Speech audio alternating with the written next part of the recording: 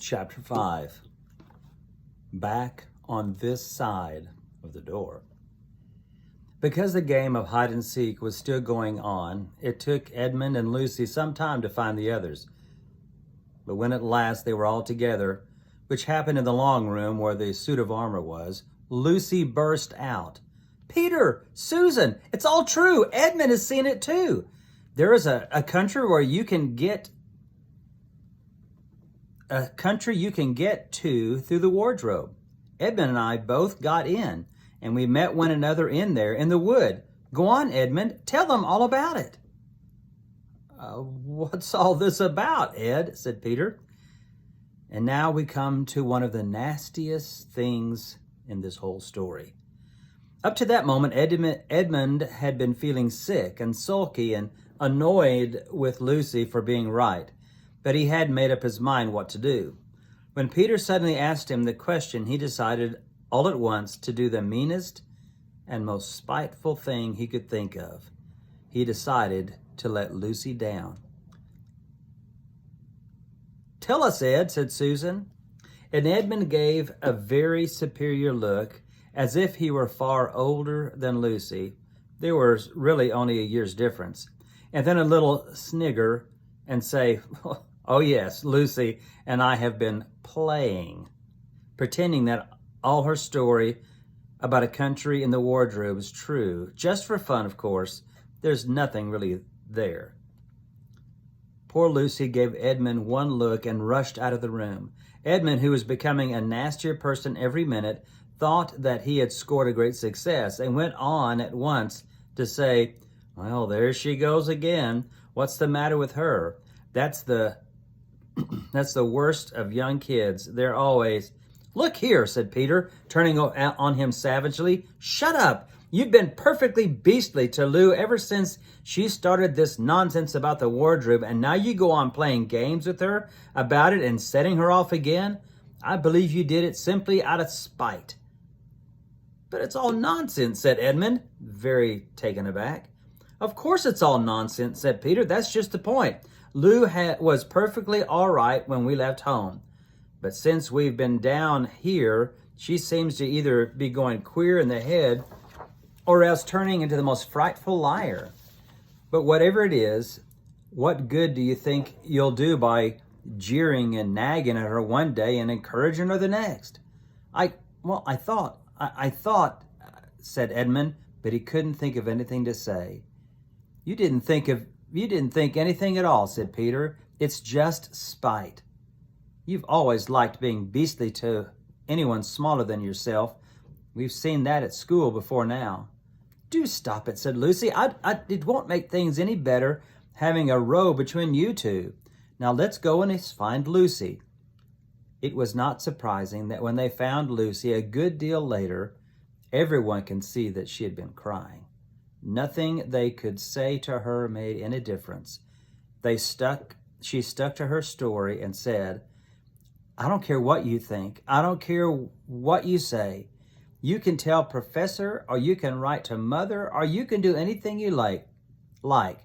I know I've met a fawn in there, and I wish I'd stayed there. And you are all beasts, just beasts." It was an unpleasant evening. Lucy was miserable, and Edmund was beginning to feel that his plan wasn't working as well as he had expected. The two older ones were really beginning to think that Lucy was out of her mind. They stood in the passage talking about it in whispers long after she had gone to bed. The result was, the next morning, that they decided that they really would go and tell the whole thing to the professor. "He'll write to Father if he thinks if there's really something wrong with Lou," said Peter. "It's getting beyond us." So they went and knocked on the study door, and the professor said, "Come in," and got up and found chairs for them and said he was quite at their disposal. Then he sat listening to them with the tips of his fingers pressed together and never interrupting till they had finished the whole story. After that, he said nothing for quite a long time. Then he cleared his throat and said the last thing either of them ever expected. "How do you know he said, that your sister's story is not true. Oh, but, began Susan, and then stopped. Anyone can see that from the old man's face that he was perfectly serious. Then Susan pulled herself together and said, But Edmund said they had only been pretending. That is the point, said the professor, which certainly deserves consideration. Very careful consideration. For instance, if you will excuse me for asking a question, does your experience lead you to regard your brother or your sister as more reliable? I mean, which is the more truthful? That's just the funny thing about it, sir, said Peter. Up till now, I'd have said Lucy every time. And what do you think, my dear? Said the professor, turning to Susan.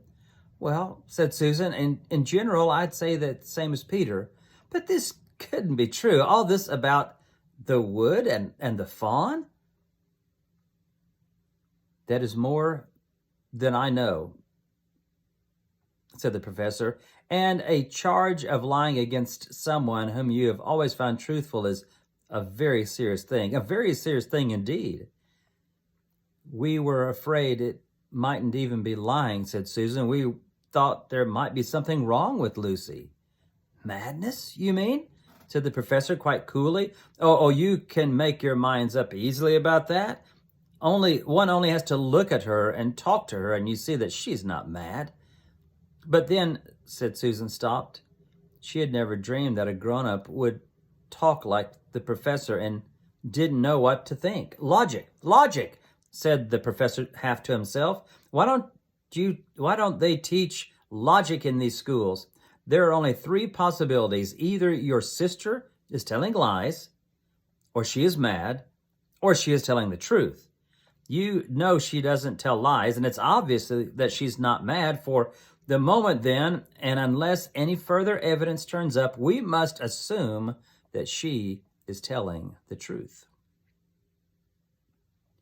Susan looked at him very hard and was quite sure from the expression on his face that he was not making fun of them. But how could it be true, sir? Said Peter. Why do you say that? Said the professor. Well, for one thing, said Peter, if it were real, why didn't everyone find this country every time they go into the wardrobe? I mean, there was nothing there when we looked, and even Lucy didn't pretend that there was. What has that to do with this? Said the professor. Well, sir, if things are real, then they're there all the time. Are they? Said the professor, and Peter didn't know quite what to say. But there was no time, said Lucy. Lucy had had no time to have gone anywhere if there was any such place. She came running after us the very moment we were out of the room. It was less than a minute, and she pretended to have been away for hours. That is the very thing that makes her story so likely to be true, said the professor. If there really is a door in this house that leads to some other world, and I should warn you that this is a very strange house, and even if you know very little about it.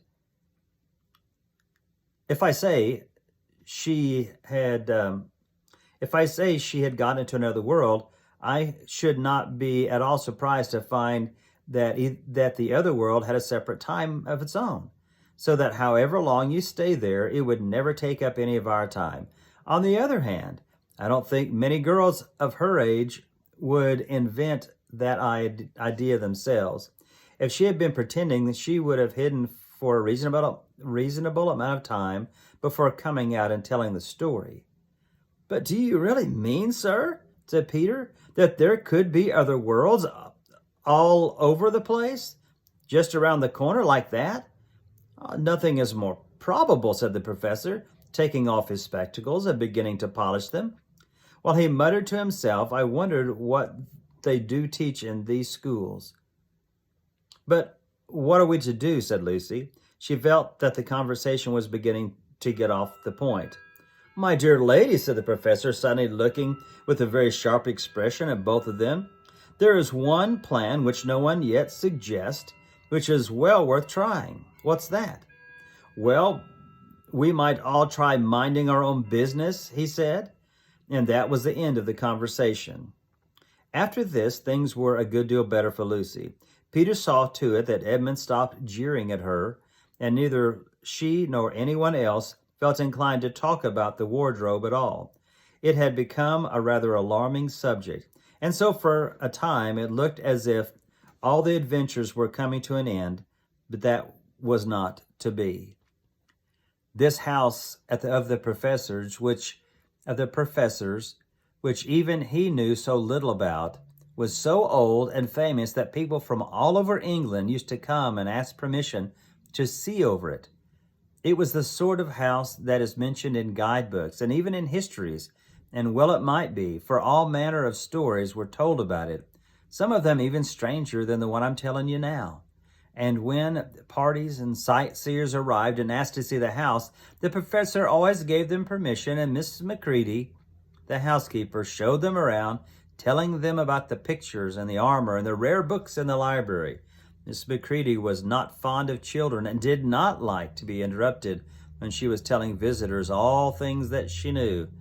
She had said to Susan and Peter almost on the first morning, along with a good many other instructions, "And please remember you're to keep out of the way whenever I'm taking a party over the house."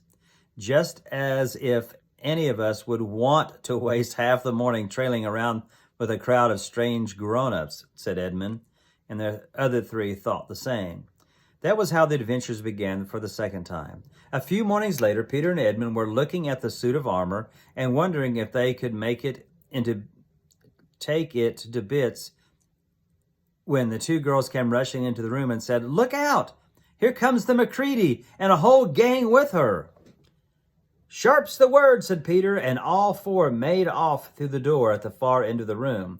But when they got into the green room and beyond it into the library, they suddenly heard voices ahead of them and realized that Miss Macready was bringing her party of sightseers up the back stairs instead of up the front stairs as they had expected. And after that, whether it was that they lost their heads or that Miss Macready was trying to catch them, or that some magic in the house had come to life and was chasing them into Narnia, they seemed to find themselves being followed everywhere. Until at last Susan said, "Don't bother those trippers. Here, let's get into the wardrobe room till they've passed. No one will follow us in here." But the moment they were inside, they heard voices in the passage, and then someone fumbling with the door, and then they saw the handle turning. "Quick," said Peter, "there's nowhere else." And he flung open the wardrobe, and all four of them bundled inside and sat there panting in the dark. Peter held the door closed, but did not shut it, for, of course, he remembered, as every sensible person does, that you should never, never shut yourself in a wardrobe.